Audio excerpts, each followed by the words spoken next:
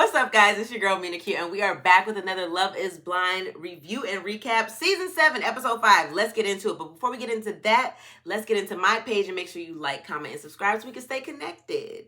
But like I said, Episode 5, let's get into it because they left us on a nice little limb on Episode 4, okay? Brittany and Leo, y'all know I don't like them. I don't like him. I ain't like him in the beginning. I don't like him now. I'm not never going to like Leo. I don't care. I don't care if I see Leo go through a full butterfly level transformation. I don't like him. And I don't want him. So, Brittany and Leo are back in the pods and they're having their conversation post Hannah and Leo's breakup. Now, Brittany writes this 4-page letter like she's a Leo or something, talking about how she had all these really nice things to say to Leo and then she had to erase all of that and basically be like, I don't like how you treated me. You're playing in my face. You are not cool. I don't like you. Basically, don't ask me to marry you. You better not ask me to marry you. That was the energy of her letter. But for some reason, Leo had also written a letter. They're the most letter-writing people. You would think they just a couple little notes, but they got these long letters. So Leo reads this whole hickory-dickory-dock ass letter. He's just talking about how he just wants to be with her so bad and she was always his first choice. Really? Because when she was saying, I need you to tell me you love me, I need you to tell me that you care, you aren't showing me anything, you aren't giving me anything, he was like, well, I can't give anything yet because I don't know. You weren't sure. You're a liar. Leo is a liar. He's been a liar this whole time. He's a liar right now. So he reads this letter basically saying how he loves her so much and he wants to be with her. After he finishes his little Dr. Seuss dissertation, he's like, will you marry me? And she, for some reason, and in some alternate reality I can't figure out, says yes. And they get engaged, and me and every person in the world is confused, like, why?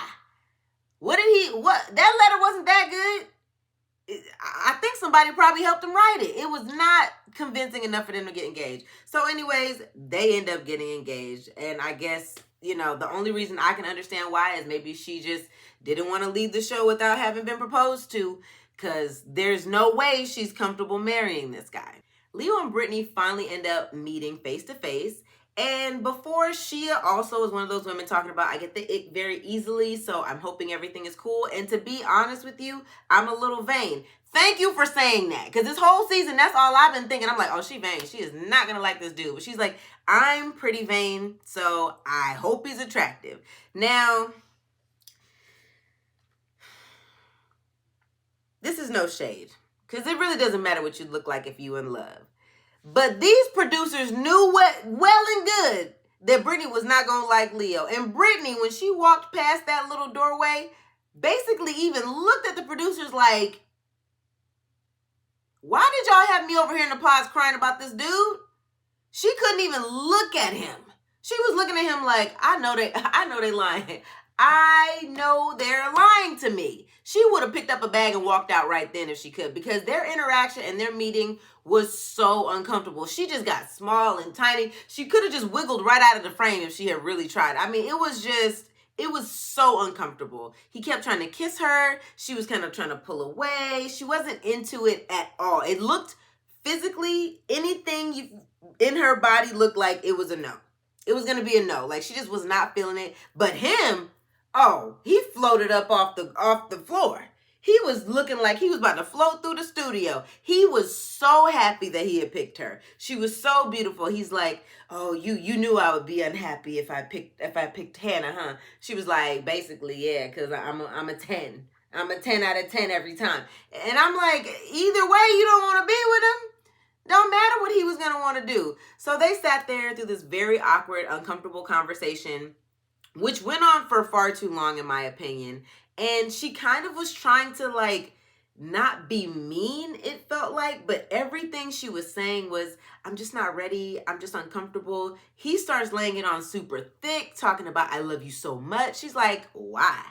And he was like, because you was kind, you was smart, and you was important. Like, just basic things that it's like, y'all been talking for 10 days and that's all you got?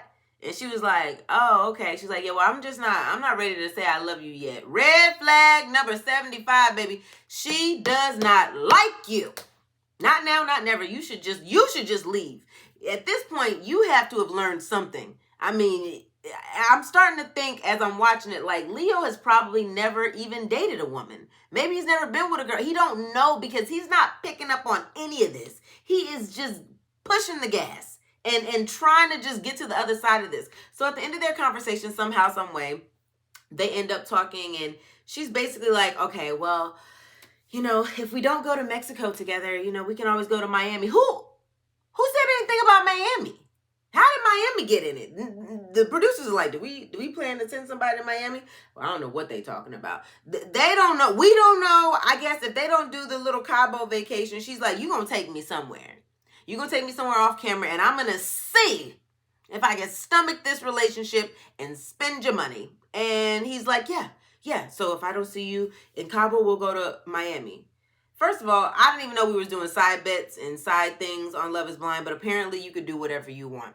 So they make this little agreement. They go their separate ways. She looks like, I just can't believe everything I done been through behind this fool. And it's looking like it's not going to work. 12 seconds later, we get this dark screen. And in a typewritten screen, it says that they went to Miami instead of Mexico and then broke up a week or 2 weeks later. Yeah, we know that they wasn't going to go to Mexico. When she brought up them going to Miami, I knew she wasn't going to Mexico. I don't know why Miami mattered, but she was like, you going to buy me a bag or something.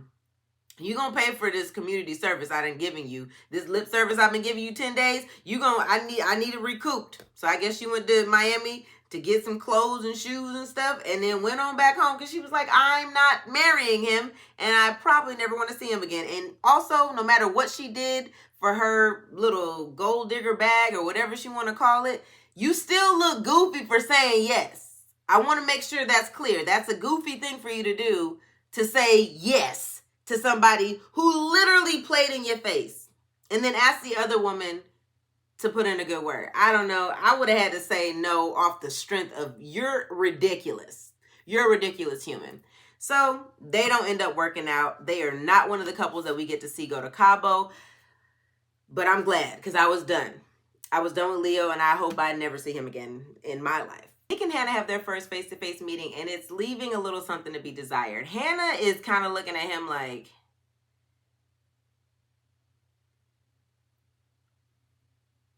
you had said you was like a football player and all this stuff. Like, you was telling me all these things, but that's not what I see in front of you. So basically, she feels like she got sold on a dream that she is not now in. And Nick's like, no, I mean, I'm who I said I was. And she's like, I mean, you a little short. And he's like, well, you wearing heels? And she is taller than him. And it seems as though she feels a little some type of way about the fact that she's taller than him. But he doesn't really seem too fazed by that. He's like, hey, man, do your thing. It is what it is. He looks at her. He finds her beautiful. He's happy. But she's looking a little like she's questioning some things. It's a little cold in the room. It's very, very cold in the room. So much so that when they walk away, Nick is doing the whole like, looking behind himself, excited, just like, oh man, can't believe I'm going to marry her. Hannah walks away. I mean, she just walks away. Not a lingering turn, not a smile, not even like bringing her hands together, nothing. She just walks away like she was about to head to her room, pack up all her stuff, go to the airport and be like, I can't believe this. She was not feeling it. She looked unhappy with her decision, very much so. I've never seen anybody walk away from a first meeting like that. It was clear that she felt some type of way. But then when they get to Cabo, it seems like things have changed. They've warmed up to a little. But then when they get to Cabo, it seems like things have changed. They've warmed up to each other a little bit. It's, very cozy, very cute. They're laughing. They're making jokes. Everything seems very, very fun. But she ends up getting the ick when Nick decides he wants to go ride like a little duck that's sitting in the sand. There's an older woman, and she's clearly older, that's like, oh, let me ride with you. So he rides the duck. They have a little moment, and it's nothing serious. It's honestly just the most innocuous of experiences because obviously he's not going to run off and be with this like 60-plus-year-old woman. But Hannah feels really uncomfortable. Like, I get turned off easily by things. If you go ride that duck, I may never touch you again. He rides the duck anyways, but during the course of riding the duck, the older lady notices Hannah and she's like, oh, don't be jealous. She's over there being jealous. And they kind of share a little laugh, Nick and the older lady. And Hannah's like, that's not funny. And honestly, don't be laughing with another lady about anything I got going on. Like, stand on business and protect me. I definitely get that. But nothing was about to happen with this lady. Nothing was going to happen with this lady. I mean, you getting in your feelings about him talking to her or whatever. I'm starting to feel like maybe she's just trying to keep a little tally of things that she doesn't really care about for Nick, because why are you making such a big deal about it? This was already an issue before the little situation happened where the lady made the joke. You just didn't want him to do that. And now it's even worse. So to me, I still feel like it's kind of how it was in the pods, where she doesn't really like Nick, but she's like, I'm going to try. Or I'm on this show, I'm looking for love, let me see what I can make happen. But their whole interaction is just kind of like up and down, on and off. It's not really solid footing, but it's only been about a day in Cabo, so we have to see how they end up getting closer and connecting. Ashley and Tyler end up having a little conversation about her past and her basically saying that, you know, she's been celibate for a while. Well, not celibate, but mostly abstinent for a while because she wanted to meet her husband. And it's very chill, very respectful. It always feels like they're having a conversation in front of their pastor. Like, their entire union is just so like pure and just nice and pat and just very sweet. So they kind of have a very chill interaction. It doesn't seem like they've done or taken it to like any intimate level at that moment, but they're definitely discussing how they feel comfortable and what they feel comfortable doing. Marissa and Ramses end up getting engaged, and it's very, very sweet and very heartfelt, and it seems like there is a love match between them two. So when they finally get to see each other face to face, they're both just like completely just like, oh my gosh, you're beautiful, you're amazing. Like, they are loving it. They are in the throes of love, and it looks beautiful and so amazing. Marissa does make a comment about how like she's usually not someone who dates more sensitive men, and that's not really her speed. Not in a disrespectful way, but she does bring up the military thing again. I usually date a military man. Okay, we got it. You like a man in uniform. Can we stay focused on the man you're with? I feel like she got a little bit of a military complex. I don't know what it is. I don't know why that's like always rumbling around in her brain. But anyways, they meet and they are all over each other. I mean, they're very, very happy. So much so that we find out after apparently what was their first little date, they didn't make it back.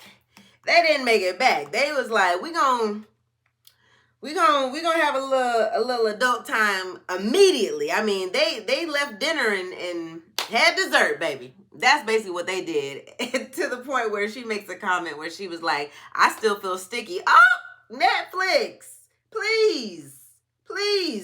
It's a Wednesday night, okay? I am a lady. Don't talk to me like that. That's how I felt about it. But they're clearly attracted to each other. They're clearly just ready to start this life together and decided to take things to the next level. And why not? I mean, the way they were acting, I definitely understand them being physically attracted to each other. So they're adults. Go off. Go have your fun. Alex and Tim are spending time together, and it's starting to feel like Alex is a little bit annoyed by some things Tim does. Like, Tim has this habit of calling himself a dog and in a certain tone and in a certain way, and she hates it, and she keeps telling him to stop, and he has no desire to stop making this little joke. But it does seem like the dynamic of them always kind of in their sad, needing a tissue time in the pods has changed to now he wants to have fun, and he's trying to create a fun atmosphere.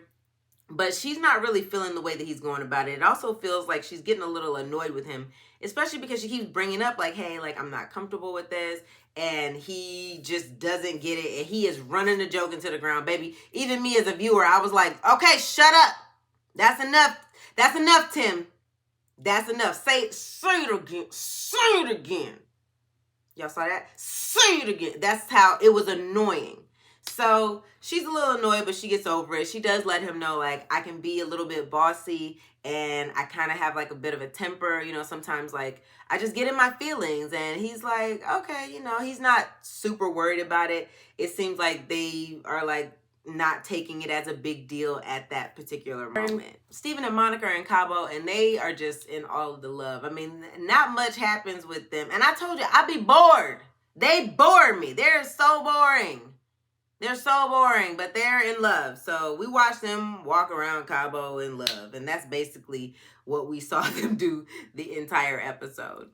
I have to say my absolute favorite couple on the show is Taylor and Garrett. They're both so type A, but they're so type A that they're actually taking this process like emotionally serious and then also analytically serious, just like you would assume they would do. But I like watching them have these very like intimate conversations and talking about their future and the fact that they're both going to have to make some changes to their life to be together, but it always seems like they really want to do so. And beyond the fact that they have these very deep conversations about their future and about who they are and about just the logic of merging their lives, they always seem to have so much fun. And I think that's why they're my favorite couple, because it's actually just like a nice mix of everything. They're adults, they communicate, they have fun. They have a very weird moment where basically Garrett says, "Hey, I sleep with tape on my mouth every night." And at this point, I'm not familiar, and I'm still not sure if they were joking or not joking,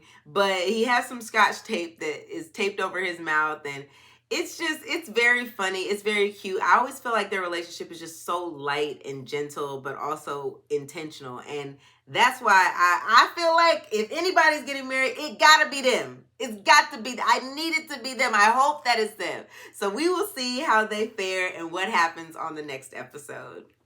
Thank you guys again so much for watching my recap and review of Season 7, Episode 5, Love is Blind. I will see you for the next one where we find out how are these couples doing post-Mexico. How did Mexico go? I know you want to know. I want to know, so I'll see you guys right back here.